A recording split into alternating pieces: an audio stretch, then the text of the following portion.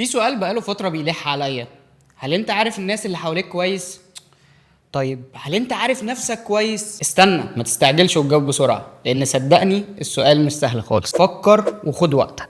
فكرت؟ عموما لو اجابتك انا عارف نفسي واللي حواليا كويس، فانا اسف بس انت غالبا مش فاهم اللعبة. خليني اوضح لك اللعبة دي في اطار فيلمنا النهاردة About Ellie، الفيلم الإيراني العبقري اللي الوهلة كده تحس إنه فيلم بسيط وعادي، لكن لما تركز فيه وتخلصه هتعرف إنك كنت بتشوف حاجة عظيمة. فيلم غريب بعد ما هيخلص هيسيبك وإنت قاعد باصص للشاشة وسرحان، وهيخليك تفكر في حاجات كتير وتسأل نفسك أسئلة أكتر، أسئلة عن الثقة والشك وقد إيه أنت عارف اللي حواليك أو حتى عارف نفسك.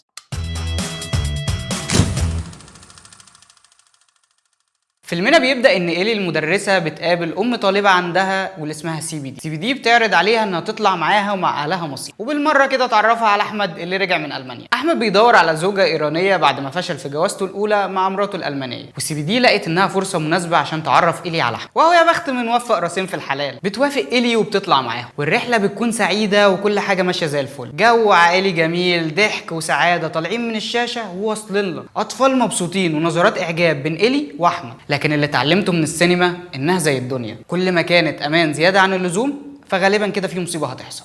وفعلا بطلتنا إيلي تاني يوم وهي واقفه على الشط بتراقب الاطفال وهم بيلعبوا، طفل من الثلاثه بيغرق، والطفلين التانيين بيجروا وينادوا على اهلهم، وبيجري ابو الطفل عشان ينقذه وبيلحقوا فعلا. وبعد ما بيطمن على ابنه بيتعصب وبيقول هو ازاي ده يحصل؟ مش المفروض ان إيلي واقفه عشان تاخد بالها من الاطفال؟ إيلي كل دورها انها تراقبهم عشان محدش يغرق او يتوه، ازاي تسيبهم وما تكونش قد المسؤوليه؟ وفجاه بياخدوا بالهم من حاجه غريبه، ان إيلي مش موجوده اصلا، إيلي اختفت. ومن هنا انا بعتبر ان الفيلم بدأ بجد. إيلي بتختفي من غير ما تسيب اي اثر وراها، مفيش صرخه او استغاثه انها كانت بتغرق، والاطفال مش متاكدين إيلي راحت فين، مفيش اي دليل وراها، كانها اتبخرت في الهواء. من اللحظه دي الفيلم بيبدأ يشدك من ايدك وبيقول لك قوم وتعالى ندور مع الابطال. مش هندور على جثه ولا على واحده تاهت، لا، هندور على الحقيقه. الفيلم بيقول لك تعالى نفهم ايه اللي حصل لإيلي وحصل ليه، او بمعنى اصح تعالى نعرف مين هي إيلي ومخبيه ايه وراها. ومش محتاجه عبقريه يعني، اول فكره هتيجي على دماغ اي حد ان إيلي غرقت وهي بتحاول تنقذ الطفل، وفعلا العيله بتنزل تدور عليها في البحر وبينادوا عليها وبيقضوا اليوم كله وهم بيعملوا ده، لكن للاسف بحثهم ده بيكون من غير اي فايده. مع الوقت كل واحد بيبص للتاني بصه ليها معاني كتير، بصه بتقول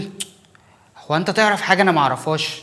انت مخبي ايه عني؟ والشك ده بيزيد وبيتحول لاتهامات، والاتهامات بتخلي الكل على اعصابه. الفيلم كله بيبقى متوتر والممثلين مشدودين، واثناء التوتر والعصبيه دول اسرار كتير بتنكشف، ومحدش كان متخيل ان بسبب اختفاء إيلي هيعرفوا كل الاسرار دي. وهي دي اللعبه اللي قلت لك عليها في اول الفيديو، لعبه الحقيقه. المخرج هنا مش عامل فيلم عن واحده تايهه وبندور عليها، لا، فيلمنا عن حقيقه مستخبيه ورا الاقنعه اللي الناس لابساها، واول الناس دي هي إيلي. اسرار كتيره وكذب بيحاطوا الفيلم كله، ومع كل سر بينكشف وكذبه بتبان حقيقتها بنلاقي الابطال بيعرفوا إيلي اكتر وبيعرفوا نفسهم اكتر. الجميل في الفيلم ده انك هتحس انك جزء من الرحله اللي فيه، هتحس انك محقق عايز تعرف ايه اللي حصل لإيلي، وهتعيش وسط الابطال وانت عايز تعرف دوافع كل واحد فيهم، ليه فلان عمل ده وليه فلانه قالت كده. الغموض اللي مسيطر على الفيلم بيخليك متحمس لحد مشهد النهايه. كمان فيلمنا مش فيلم بوليسي جاي يدور على واحده اختفت بس، هو اقرب لكونه فيلم فلسفي لكن من غير تعقيد وكلكعه. فيلم جاي يطرح اسئله ويخليك تحط اجاباتك الخاصه عليها، ولو بتتفرج على الفيلم ده مع حد فغالبا كل واحد فيكم هيكون نظريه مختلفه عن إيلي. عبقريه الفيلم في تداخل خيوط البحث عن إيلي وعن حقيقه إيلي وحقيقه الابطال، اللي تصرفاتهم بتوضح قد ايه الناس شاطره في انها تحكم على بعض وتعاقب بعض بدل ما يفهموا اللي قصادهم، بدل ما يحاولوا يحطوا نفسهم مكانه او على الاقل يقدروا موقفه. كمان الفيلم بيبين قد ايه الناس لما بتكون قدام موقف صعب تصرفاتها بتكون مختلفه ومش متوقعه. وفيلمنا بيطرح سؤال عبقري، هل احنا فعلا عارفين الناس اللي حوالينا ولا عايشين مع نسخ منهم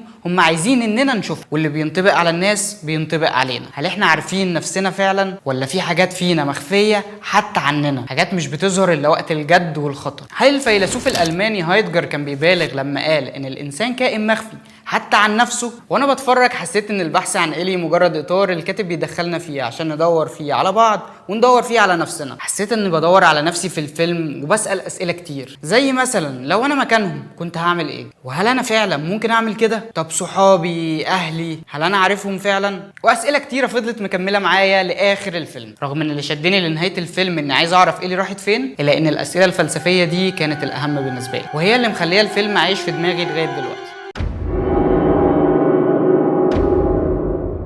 كمان اللي مخلي الفيلم معلق معايا لحد دلوقتي هو شخصية إيلي نفسها كتابيا. في السينما البطل هو الشخصيه المحوريه اللي احداث الفيلم بتدور حواليه، وايلي هي البطله هنا عشان السبب ده. رغم انها اقل الاشخاص ظهورا على الكاميرا وبتختفي في اول الفيلم حرفيا، الا ان احداث الفيلم كلها بتدور حوالين ايلي، بتدور حواليها واحنا بندور عليها وبنكتشف اسرارها. وعادي ان البطل ما يظهرش كتير طالما هو مركز الاحداث، لكن اللي مش عادي خالص انها بطله واحنا ما نعرفش عنها اي حاجه. كل اللي نعرفه عنها اسمها وانها شغاله مدرسه. طب الاحداث هتدور حواليها ازاي وهي شخصيه مجهوله كده؟ اننا ما نعرفش عن ايلي حاجه، او بمعنى اصح ان الكاتب قرر انه ما يقولناش عنها كتير، ده ما كانش كسل من المؤلف، بالعكس دي عبقريه منه عشان يقول لنا ان ايلي مش شخص معين، ممكن تكون اي حد.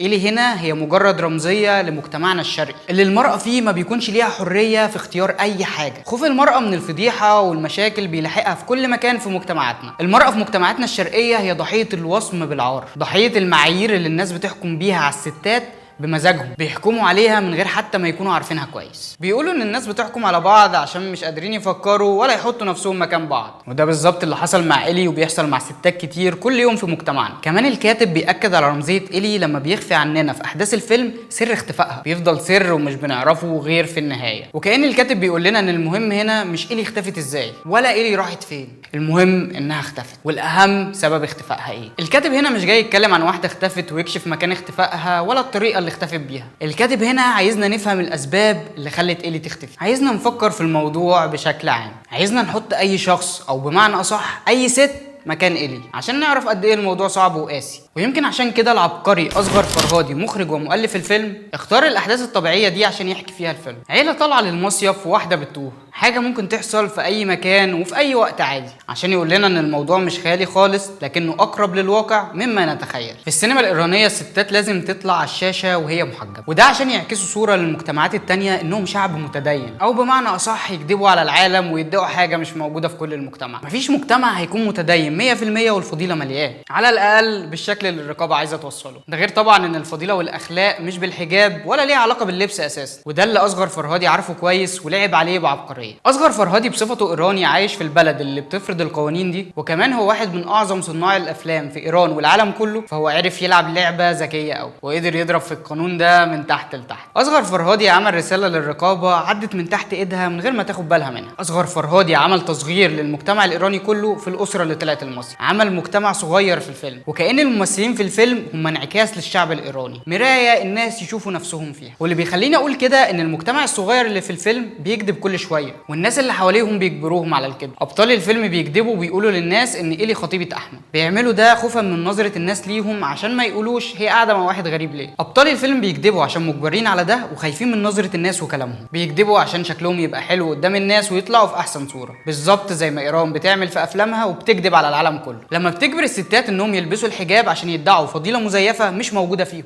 في النهايه اباوت ايلي فيلم عبقري مليان تساؤلات وافكار ورمزيات كتيره. برشح لك الفيلم ده وانا واثق انه هيعجبك، وما حبيتش احرق احداثه عشان ما ينفعش تفوت التجربه دي. شوف الفيلم وسيب كومنت برايك في التعليقات، واللي شافوا الفيلم قبل كده قولوا لي ايه رايكم فيه. سلام.